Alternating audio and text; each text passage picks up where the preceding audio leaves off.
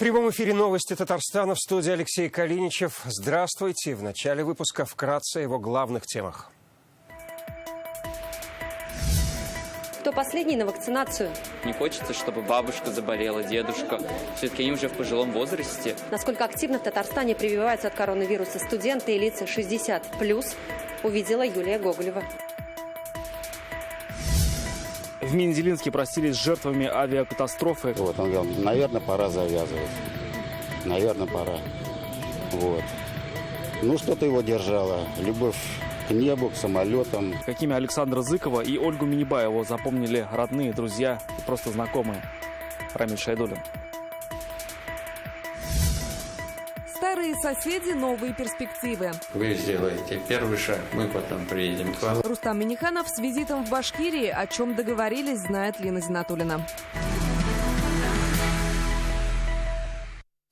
Введение обязательной вакцинации в республике и требования QR-кодов вызвали ажиотаж в прививочных пунктах. Приходят все студенты, работающие, пенсионеры. Очереди настолько большие, что приходится ждать часами. В Татарстане работают 163 пункта. В ряде поликлиник открыли несколько прививочных кабинетов. Также медики выезжают на предприятия и организации. Минздравом принято решение об открытии дополнительного пункта вакцинации в Казани. Юлия Гоголева сегодня побывала на 2 точках и готова рассказать, как идет прививочная кампания в новых условиях. За дозой иммунитета сегодня пришла Елена Заболоткова. Она работает в гостинице. Требования об обязательной вакцинации коснулись и сферы оказания услуг. До этого почему не делали? Что-то опасалась. Пункт вакцинации в этом банке в самом центре Казани открыли еще летом. Тогда в день прививались от 10 до 20 человек. Вчера, после введения ограничительных мер, в 3 раза больше. Сегодня ажиотаж. Ожидают более 200 человек. Немало здесь и тех, кому 60+. Напомним, для этой категории лиц вакцинация тоже обязательна. Надо защитить себя, коллективный иммунитет нужен. Да, и тем более я работаю со студентами, с людьми. Набиулла Гизатуллин сюда, на улицу Пушкина, приехал из Азина. Решил, что здесь очереди не будет. Чтобы своих, близких, мало ли чего. Мы прививаем вакцины «Спутник Ви». Народу больше.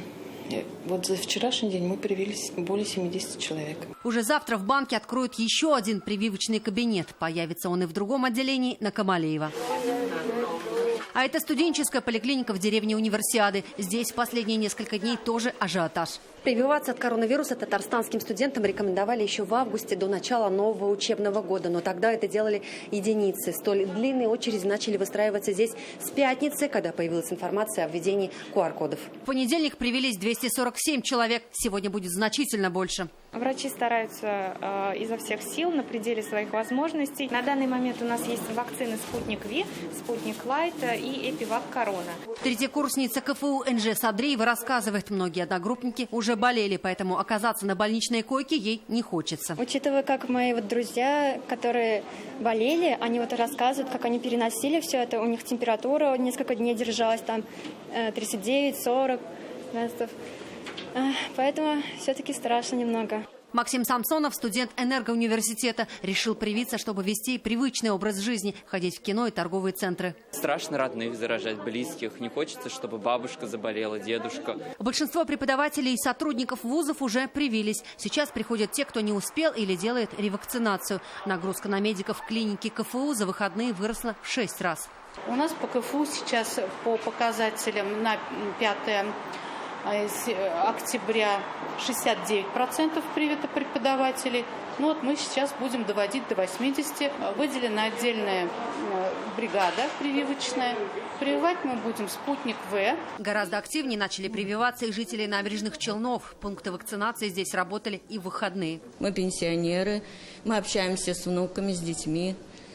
Так мы лишний раз, конечно, никуда не выходим. Дети и мы пришли к такому решению, что пора делать. До этого мы же пенсионеры, мы не такие активные по жизни. Сидим дома и сидим. Напомним, обязательная вакцинация введена для многих категорий. Это пожилые, 60+, работники социальной сферы, образования, культуры, строительства и транспорта. Водитель этого автобуса уже привился. Среди коллег сколько процентов? Все привиты у вас? Вот это я вам не могу сказать, но большинство это точно. В метроэлектротрансе привились более 92% сотрудников. Тем, кто еще не прошел вакцинацию, советуют сделать это в районных домах культуры. Очереди там сейчас меньше всего. Юлия Гоголева, Олег Мыльников, ТНВ, Казань. Татарстан в числе регионов-лидеров по темпу вакцинации за последнюю неделю. Об этом сегодня на заседании Координационного совета по борьбе с ковид заявил министр здравоохранения России Михаил Мурашко. Глава Минздрава России перечислил и поблагодарил эти регионы. Кроме Татарстана в списке Брянская, Ивановская, Липецкая области, Севастополь, Чечня и Чувашия. Хочу поблагодарить регионы, которые нарастили за последнюю неделю очень активно темпы вакцинации. Брянская область, Чеченская республика, Севастополь, Ивановская, Чувашская, Липецкая и Татарстан. Эти регионы наиболее быстро отреагировали на меняющуюся ситуацию и стали вводить новый комплекс мер по охвату населения вакцинацией. В России сегодня побит очередной рекорд смертности от ковид. 973 человека, 10 из них жители Татарстана. Это 6 мужчин и 4 женщины. За последние сутки зарегистрировано 99 заболевших, 27 человек госпитализированы, сообщает Оперштаб. В Казани заражаются чаще, 41 человек. В Набережных Челнах 18, в Елабуге и Лениногорске по 6 случаев. По стране более 28 тысяч заболевших. В Татарстане за сутки привились 15 тысяч человек.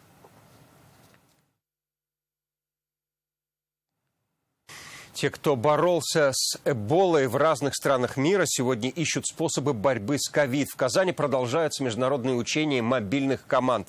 Представители санитарно-эпидемиологических служб из 20 стран отрабатывают навыки совместной работы с опасными инфекциями. Учения проводит Роспотребнадзор под эгидой ВОЗ. Свои мобильные комплексы сегодня развернули специалисты из Бельгии, Франции и Германии.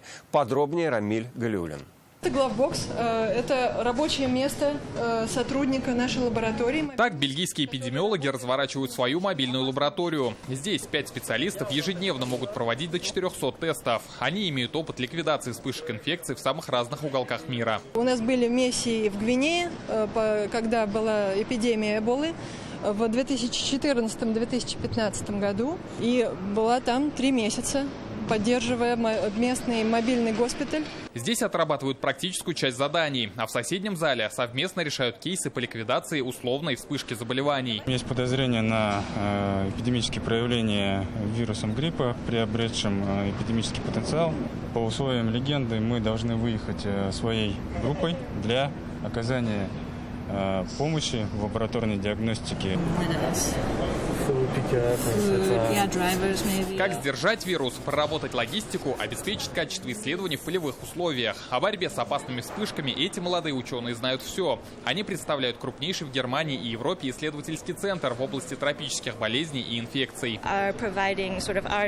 Одна из наших сильных сторон – работа с такими патогенами, как Эбола. И раз на учениях идет речь о вирусах повышенной опасности, мы считаем, что можем внести свой вклад в это направление. С другой стороны, с удовольствием поучимся у коллег, обладающих колоссальным опытом.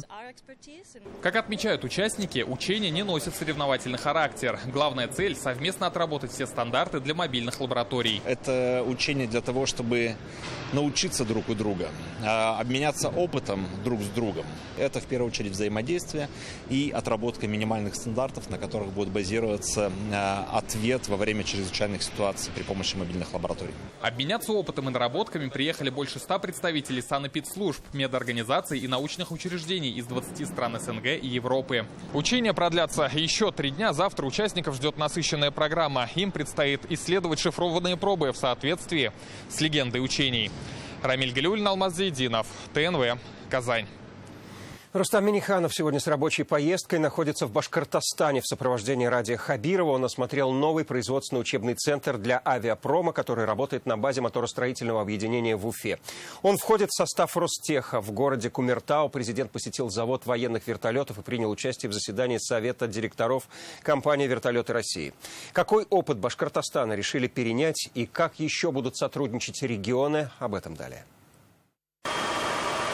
150 современных станков, производственные участки и учебные мастерские. Это открывшийся в августе производственно-учебный центр Уфимского моторостроительного производственного объединения. УМПО – крупный разработчик и производитель авиадвигателей. Добрый день, давайте немного остановимся. Здесь готовят многопрофильных специалистов для авиации. Рустам Минниханов осмотрел площадки совместно с главой Башкортостана Радием Хабировым и председателем Совета директоров «Вертолеты России» Анатолием Сердюковым.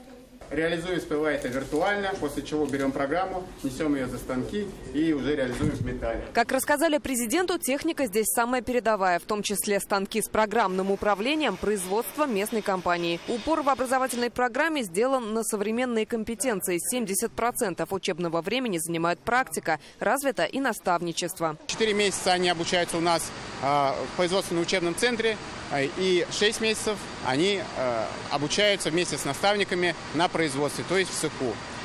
По завершению они имеют 4-й разряд и спокойно работают в цеху. На базе центра занимаются с 1 сентября. Первый набор – 331 студент, в основном из уфимских машиностроительного и авиационного колледжей, в том числе первокурсники. Это интересно попробовать, интересно узнать свои силы и вообще просто интересная профессия. Я планирую здесь до конца доучиться, научиться всему, что могут дать в этом цеху, и хорошо работать. Осмотрев центр, Рустам Миниханов отметил, Татарстан в последние годы тоже открывает ресурсные центры на базе техникумов и профтехучилищ. Но здесь этот центр, он создан при большом промышленном объединении. Много мы по миру ездим, смотрим, это мировой уровень. Если что-то делать, надо делать вот так. И самое главное, у этого предприятия никогда не будет проблем с кадрами и профессиональным уровнем. У нас есть вертолетный завод, авиационный завод КАМАЗ. И этот опыт подготовки кадров очень позитивный, добавил президент и сообщил, что у Татарстана есть план реализации такого проекта. Татарстан очень активно развивающийся регион, очень сильно обрабатывающий промышленность, машиностроение, сходные некоторые элементы структуры экономики. В то же время и в Татарстане есть потребность в том, что производится и у нас, а у нас есть потребность в том, что производится в Татарстане. Возле учебного центра Рустам Миниханов и Ради Хабиров посадили деревья в память о посещении. Далее отправились в город Кумертау. Президенту показали завод военных вертолетов. Предприятие было в нелегком положении, но сейчас есть программа развития и заказы. Здесь же Рустам Миниханов принял участие в заседании Совета директоров компании «Вертолеты России». После встретился с главой Башкортостана. Говорили о сотрудничестве республик. Ради Хабиров предложил рассмотреть возможность принять бизнес-миссию Башкортостана в Татарстане. Если будет возможность встретиться с руководителем предприятия Татарстана, мы вместе сверили часы, потому что каждый раз подчеркиваю, что абсолютно есть позитивная тенденция друг друга, абсолютно есть желание сотрудничать, взаимодействовать. Тем более наши предприятия и так это делают, многие уже переплетены. Мы с удовольствием готовы в любое время принять бизнес-миссию. Я обязательно сам приму участие, соберу руководителей предприятий. Вы сделаете первый шаг, мы потом приедем к вам. Как сегодня подчеркивали, интеграция промышленности – одна из важнейших задач для регионов, которые и территориально, и структурно, и исторически развиваются рядом. Лена Знатульна, Мирошал Латыпова, Рузиль Имамов, Марат Сидгараев, ТНВ, Башкортостан. Сегодня в разных городах России прощаются с погибшими в авиакатастрофе под Мензелинском. Похороны прошли в Муслюмово, Уфе, Ижевске, Мензелинске, где простились с пилотом Александром Зыковым и парашютисткой Ольгой Минибаевой. Так совпало, что они родились в один день с разницей в 35 лет, и дата смерти у них одна и та же. О разных судьбах и любви к небу. Рамиль Шайдулин. У собора Николая Чудотворца собираются все, кто знал погибших. Их родные, коллеги сегодня в последний путь провожают Александра Зыкова и Ольгу Минибаеву.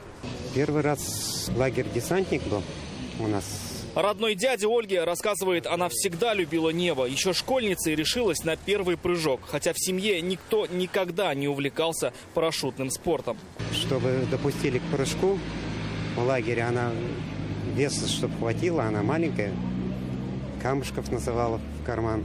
Затем еще прыжки и еще. Она успевала учиться, воспитывать ребенка и работать. Когда еще мы в техникуме учились, она прыгала с парашюта, любила этот спорт. И, видимо, решила вернуться, прыгала. В этот трагический день, 10 октября, она должна была впервые прыгнуть без инструктора.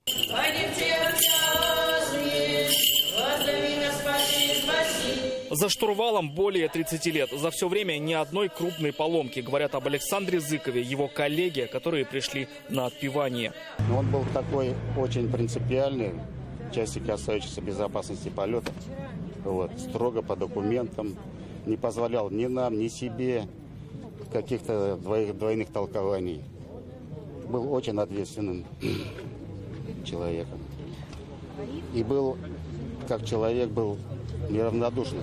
Случайность или рок судьбы, но дни рождения Александра Зыкова и Ольги Минибаевой совпадают. Они родились в один день с разницей в 35 лет. И дата смерти одна – 10 октября 2021 года.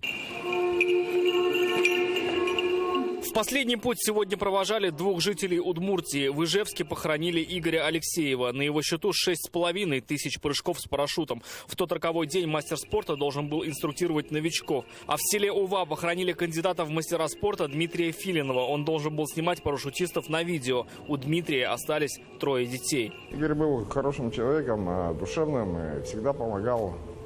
Прыгали вместе в 90-х, 2000-х. То, что произошло, это произошло. Любой мог быть на его месте. Знал его с хорошей стороны, профессионал высокого уровня, то есть мастер спорта, насколько я знаю. Вот, довольно-таки давно, с 90-х годов прыгает. С кем он прыгал, всегда были люди довольные. То есть, профессионал. Я запомню его очень хорошим человеком, который всегда меня любил, поддерживал и заботился обо мне. Одна дата смерти и у 4 жителей Башкирии. Динара Давлетгареева сегодня похоронили на западном кладбище Уфы. Бизнес-тренер, отец 3 детей. Он занимался парашютным спортом около года. Был влюблен в небо и экс-глава Конгресс-бюро Башкортостана Павел Музыченко. На его счету более 400 прыжков. Его похоронят завтра в Санкт-Петербурге. Рамиль Шайдуллин, Вадим Илларионов, ТНВ, Татарстан, Башкортостан, Удмуртия. Тела всех 16 погибших опознаны и выданы родственникам. И сегодня начались выплаты, сообщили в Казанском Кремле. Они производятся по факту поступления заявления от родственников. Напомним, семьи погибших получают по 1 000 000 рублей. Пострадавшим перечисляют по 100 и 400 тысяч рублей в зависимости от тяжести травм. Также республика организует похороны. Казанскую соборную мечеть построят на правом берегу рядом с Татнефть-ареной. О плюсах и минусах такой дислокации, а также о том, какой видят главную мечеть республики, духовенство и архитекторы, читайте в интернет-газете «Реальное время».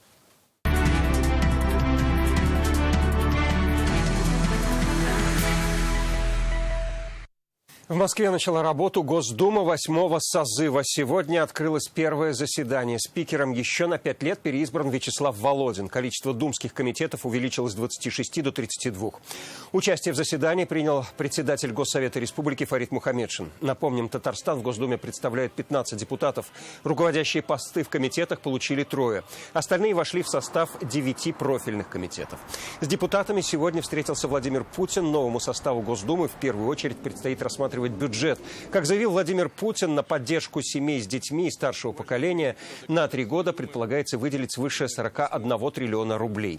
Своими впечатлениями первого дня работы с нами поделились избранные депутаты Госдумы.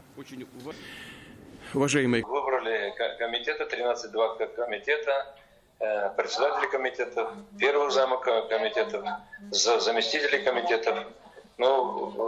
Заседание просто организовано, чувствуется, работы предстоит много. Содержательная часть нашей деятельности будет сформирована в ближайшее время. Завтра уже начнется заседание комитетов, комиссий, и там как раз уже будет сформировано по каждому направлению, какие законопроекты мы будем в ближайшее время обсуждать, по каким темам, и по ним уже можно будет поговорить чуть попозже.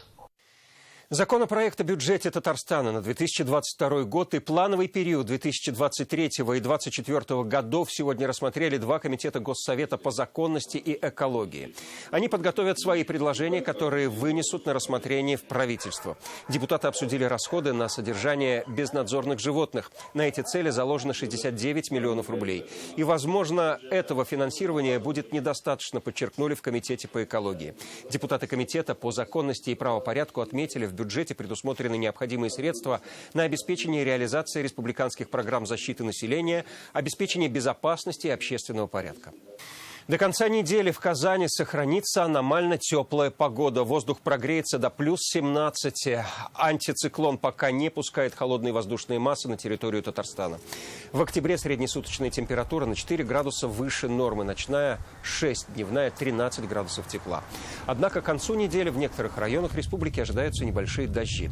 Кстати, сентябрь выдался самым холодным за последние 20 лет, поэтому бабье лето пришло с опозданием. Этим летом в оздоровительных лагерях республики отдохнули более 156 тысяч детей. Для них работали 1655 учреждений.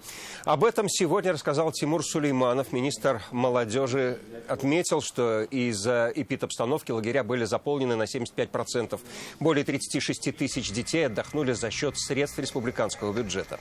Активно пользовались и программой кэшбэк. Родители детей могли вернуть половину суммы путевки.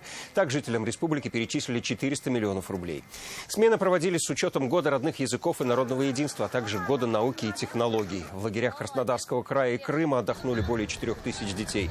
Возможность поехать на Черноморское побережье бесплатно получили дети, находящиеся в трудной жизненной ситуации, сироты и талантливые ребята. Также на море отдохнул 601 ученик 175-й гимназии.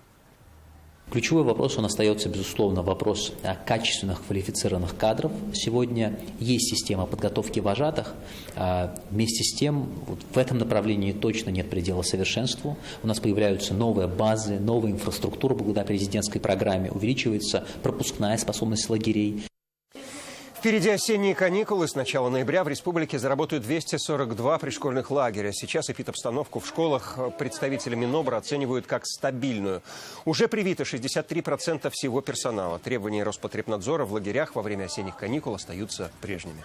Все те правила, которые сегодня касаются при входе в школу и взрослых, и детей, они останутся теми же. Это утренний фильтр, когда мы детей не пропускаем, если вдруг какие-то признаки ОРВИ или других заболеваний.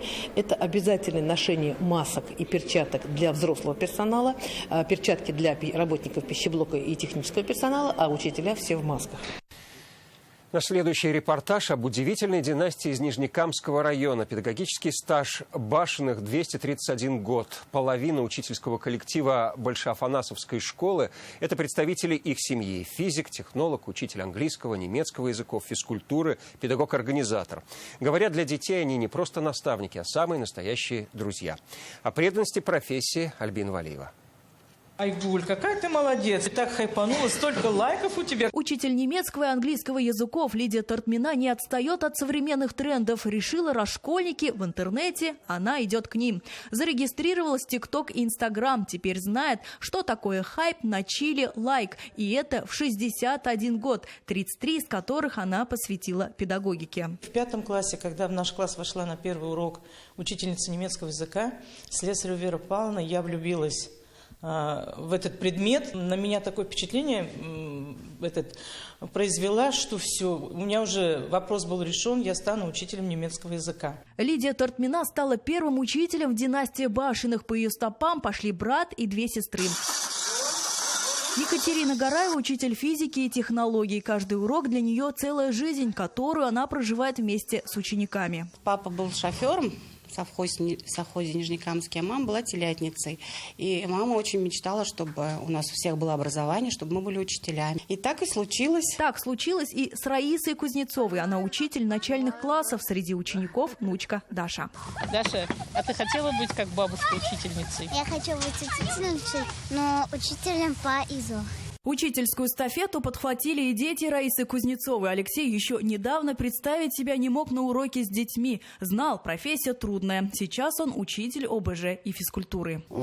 То, что у меня есть родственники в педагогии, это огромные плюсы во всем. То есть везде, где надо, подскажут, помогут. Кем стать? Перед Надеждой Хохловой этот вопрос не стоял. Она мечтала быть, как мама, учителем. Я выбрала эту профессию по стопам родителей, родственников.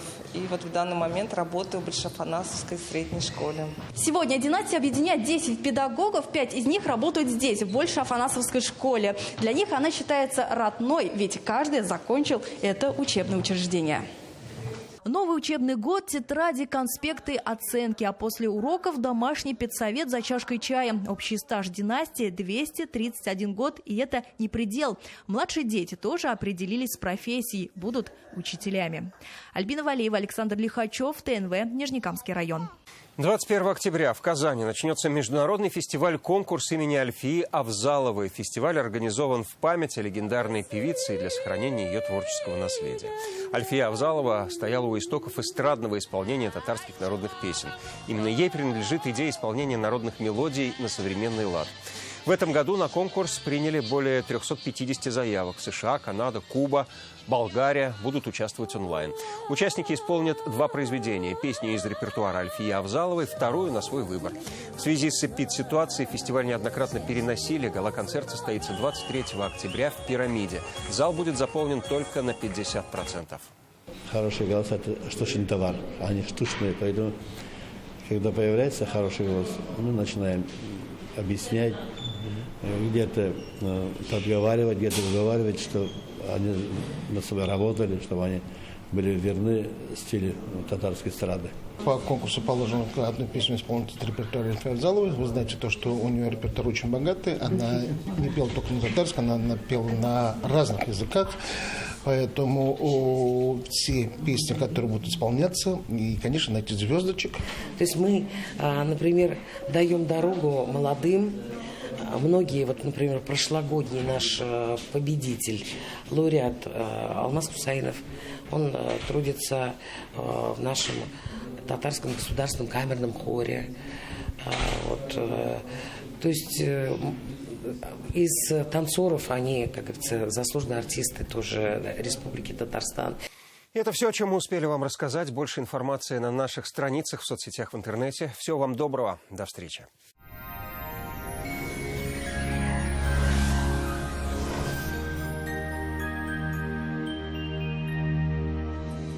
Здравствуйте! Самое настоящее бабье лето уже который день радует нас теплом и солнцем. И по данным сервиса Яндекс.Погода, Бугульме, Бавлам и Азнакаево, октябрь продолжает дарить теплую и сухую погоду. Днем плюс 15. В Нижнекамске, Набережных Челнах, Елабуге температура стала еще выше. До 16 тепла, ветер стихнет. У жителей севера Татарстана также есть еще несколько дней порадоваться теплой, погожей, солнечной погоде и любоваться осенними красками. На северо-западе, в Арске, в Кукмаре, Балтаси малооблачно и без осадков до плюс 14. В Болгаре, Држаном, Буинске обширный антициклон продолжает удерживать малооблачную и сухую погоду. Температура высокая для этих дней осени. В центральных районах теплая и комфортная погода без осадков. Атмосферное давление высокое, ветер умеренный, облаков мало. Установившаяся в республике погода комфортная для самочувствия, благоволит к пешим прогулкам и возможности любоваться красками осени. Гиделикс – капли и сироп от кашля с экстрактом листьев плюща. Можно принимать всей семьей. Гиделикс облегчает откашливание, оказывает спазмолитическое действие. Сироп подходит детям с рождения, не содержит спирта и сахара. Кто это у нас соберет все лайки? А вот кашель не наша история. Гиделикс с натуральным экстрактом листьев плюща можно принимать даже самым маленьким. Кашля больше не боюсь. Гиделиксом я лечусь. Лучший протез – тот, что остался в упаковке. Говорит Оксана Кузина, основатель медцентра «Доктор Ост». Своим пациентам мы рекомендуем отказаться от сложного хирургического вмешательства. Всего один укол позволяет спасти разрушенный сустав и отказаться от протеза даже на поздней стадии артроза и при некрозе. Приходите в «Доктор Ост», убедитесь, вернуть сустав к жизни можно в любом возрасте. Федеральная сеть медицинских центров «Доктор Ост». Лечение самых сложных заболеваний позвоночника и суставов без боли и хирургического вмешательства. За 12 лет в 10 городах России врачами клиники отменено более 70 тысяч операций. О погоде в столице. 13 октября в Казани ожидается малооблачная погода без осадков. Ночью плюс 5, а днем 14 градусов выше нуля. Ветер южный, умеренный. Атмосферное давление по-прежнему выше нормы, влажность воздуха 60%. Магнитное поле Земли спокойное. У жителей нашей республики есть возможность позаботиться о своем здоровье без значительных финансовых затрат. С 1 по 31 октября в аптеках «Экона», «Бережная аптека» и «Аптека от склада» проходит акция снижения цен. Покупай выгодно. Вот это выгодно! Вы только посмотрите. Магне Б6 60 таблеток 449 рублей. Максилак 10 капсул 520 рублей. Бережная аптека, аптека от склада и аптека Экона. Вот где выгодно.